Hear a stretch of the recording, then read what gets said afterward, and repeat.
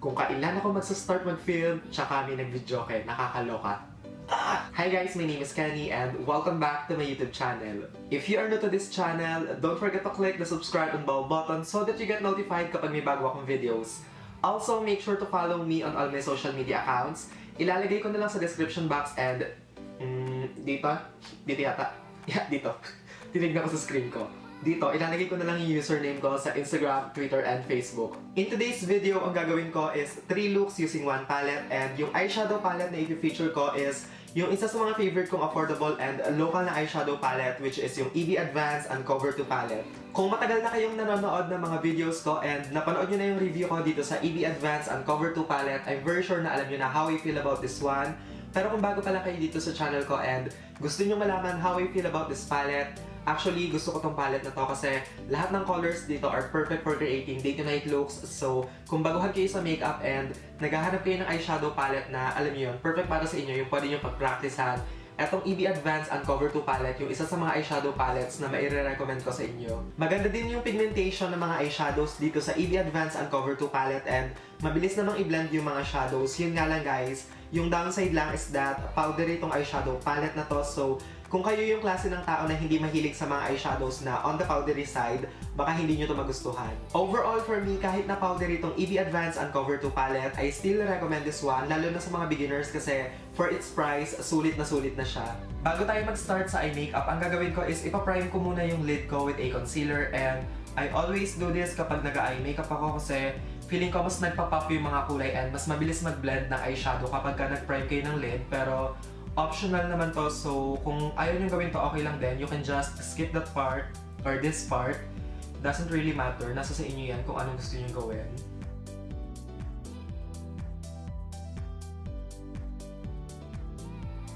Using a translucent powder, ang gagawin ko is isaset ko lang yung concealer para mamaya talagang mas mabilis yung blending and hindi magpatsi-patsi yung eyeshadows na ilalagay natin.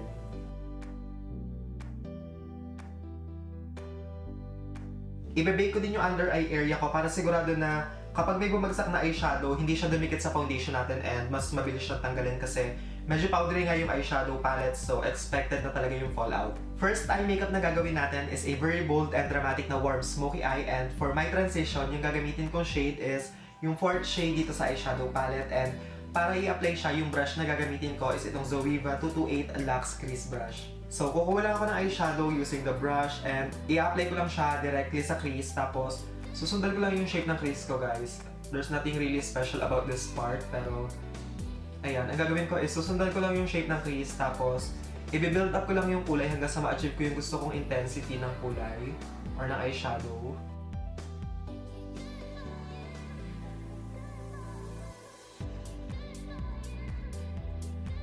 Super ganda nitong kulay na to pang transition guys, lalo na kapag mga warm eye makeup yung ginagawa nyo. This one, the best. Yung next eyeshadow shade na gagamitin ko is itong parang orange color dito sa palette, and gagamit lang ako ng maliit na blending brush para i-apply siya, and with this one guys, medyo mas mababa siya sa first color na ginawa natin para hindi masayang yung effort natin sa paglalagay ng transition kasi kung tataasan natin siya, matatabunan yung first color, so just to make sure na makita pa din yung first color, medyo bababaan natin siya.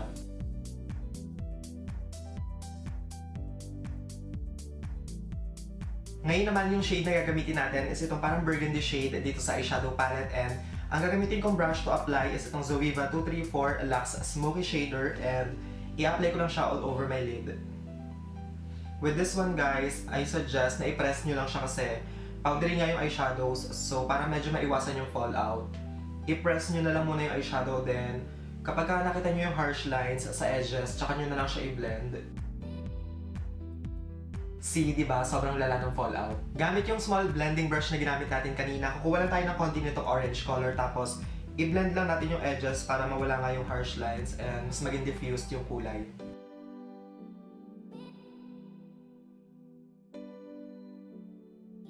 Ngayon guys, ang gagawin ko is kukuha lang ako nitong dark brown color, tapos ilalagay ko lang siya sa ibabaw ng burgundy shade para mas maging dark and mas deep yung kulay niya.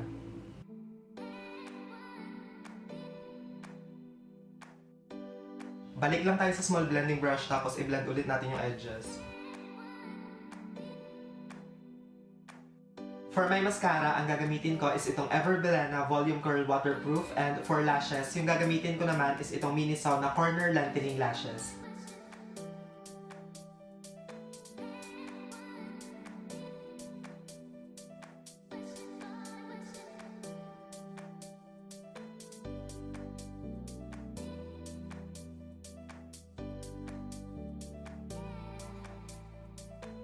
To smoke out the lower lash line, paghahaluin ko lang yung shade na orange and burgundy.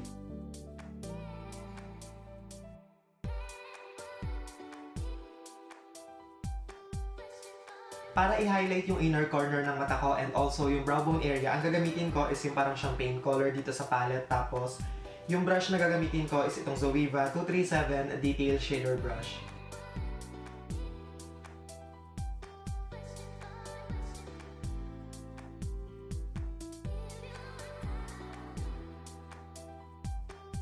For my lips, yung gagamitin ko is itong Colourette Cosmetics Supramatte in the shade Isla.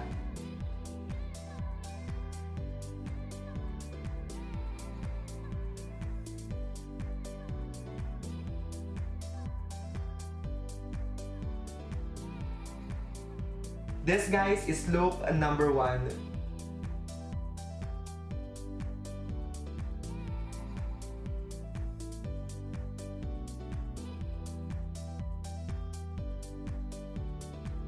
Second eye makeup na tayo, guys, and I apologize kung pangit na yung makeup ko ngayon kasi diba binura ko yung makeup ko around my eye area, so nabura din yung foundation kaya nung nilayer ko siya hindi na siya ganun kaganda. But ang focus naman nitong makeup na to is yung eye makeup, so pagbigyan nyo na yung pangit kong base ngayon kasi wala na tayong magagawa, ayan na talaga siya. Yung second eye makeup na gagawin natin is a very subtle na smoky eye lang, so kung naghahanap kayo ng eye makeup na perfect sa kahit anong occasion tapos perfect din for daytime, etong eye makeup na to, guys, sobrang bagay sa inyo and I'm very sure na kayang-kaya nyo gawin kasi super dali lang niya. For my transition color, ang gagamitin ko is yung third color dito sa palette and gagamit lang ako ng flat na blending brush para i-apply siya sa crease ko.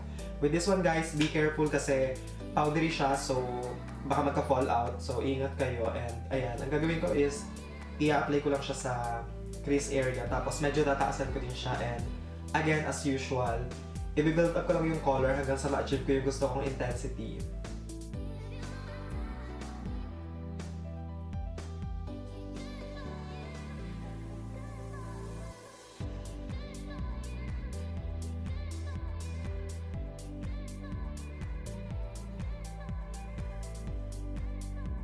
Sorry guys, biglang namatay yung camera ko, but yung color na ginamit ko after nung transition is itong burgundy, so maglalagay lang ako ng konti pa. And with this one, guys, hindi ko siya gagawin sobrang intense, so subtle lang yung ilalagay ko para lang medyo magkaroon siya ng red or may pinky na undertone.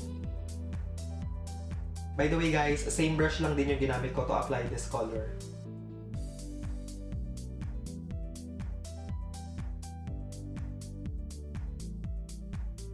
Ngayon, guys, gamit yung champagne color dito and may pinky finger, ang gagawin ko is i-apply ko lang siya all over my lid.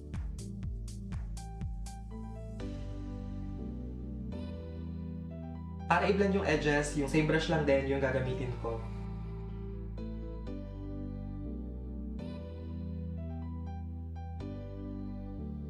Ngayon naman, gamit yung dark brown sa eyeshadow palette, ang gagawin ko is ilalagay ko lang siya sa outer corner ng konti para medyo magkaroon siya ng definition and depth.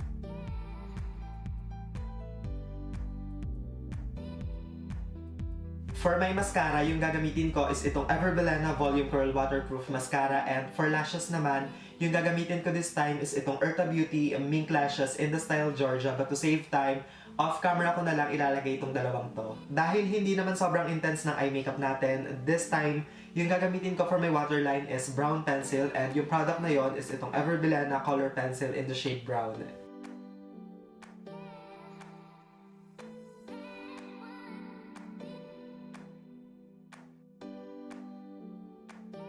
To slightly smoke out the lower lash line, ang gagamitin ko is yung fourth color sa palette, tapos hahaluan ko lang siya ng konti nitong burgundy shade. With this one, mas okay if you can make it as close to the lash line as possible. By the way, yung brush nga palang gagamitin ko is itong Zoeva 230 Pencil Brush.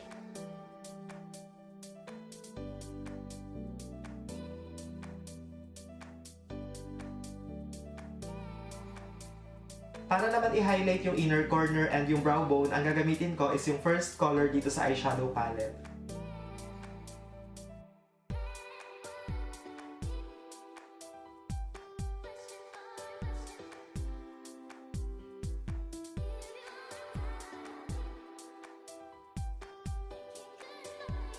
For my lips, yung gagamitin ko is itong Pack Ganern from Vice Cosmetics.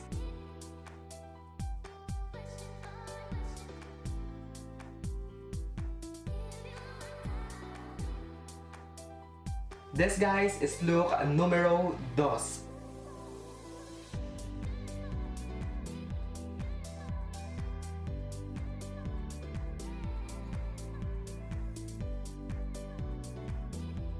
Final look na gagawin natin sa video na to is cut crease, and para siguradong madali lang and kayang-kaya nyong gayahin, 3 colors lang yung gagamitin ko from my EB Advanced Uncover 2 palette. First color na ginamit ko from this palette, guys, is etong orange color, and gumamit lang ako ng fluffy na blending brush. So with this one, ang gagawin ko is i-apply ko lang siya sa crease, tapos i-build up ko lang yung color hanggang sa ma-achieve ko yung gusto kong intensity ng kulay.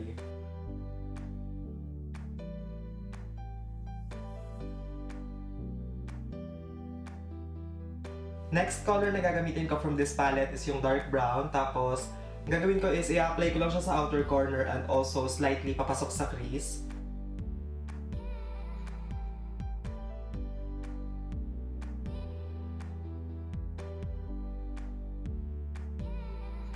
Since medyo messy yung shape ng eye makeup ko, ang gagawin ko is yung foundation brush na ginamit ko kanina na may konting foundation, ang gagawin ko is lilinisin ko lang dito sa part na to para maging sharp and medyo parang naka-wing yung shape niya.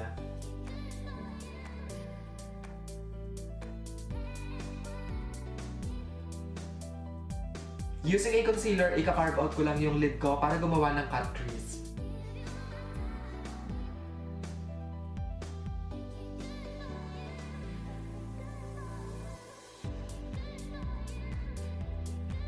Ngayon naman, para iset yung lid or yung area na may concealer, ang gagamitin ko is itong champagne color, tapos gagamit lang ako ng flat na synthetic brush.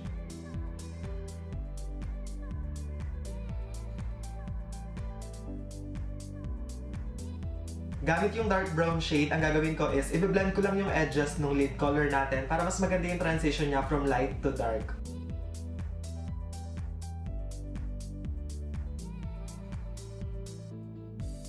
To save time, off camera na lang ako nag-lashes, and yung ginamit ko is yung same lashes na ginamit natin sa second look, which is yung Urta Beauty Mink Lashes in the style Georgia. Ngayon naman, ang gagawin ko is maglalagay lang ako ng black pencil sa waterline ko, and yung gagamitin ko is itong Club Clio Gel Press Waterproof Pencil Liner.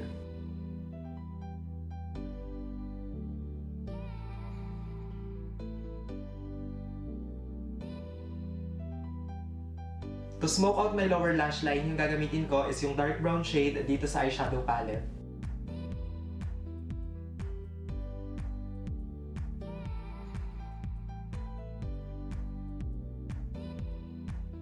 For my brow bone and inner corner, yung gagamitin ko is etong color na ginamit natin kanina sa lid.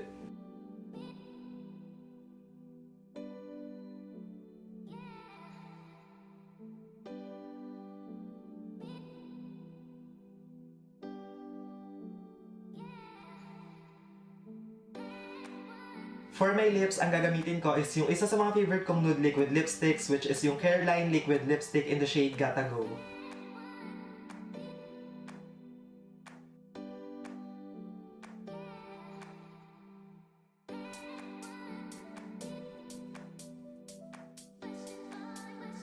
This one, guys, is look number 3.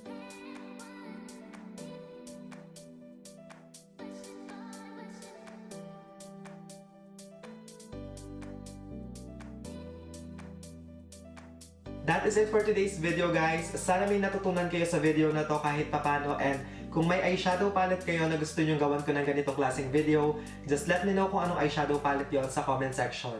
If you enjoyed watching, don't forget to give this video a thumbs up.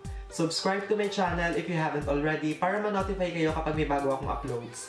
Thank you guys so much for watching, and I will see you all on my next one. Bye, guys!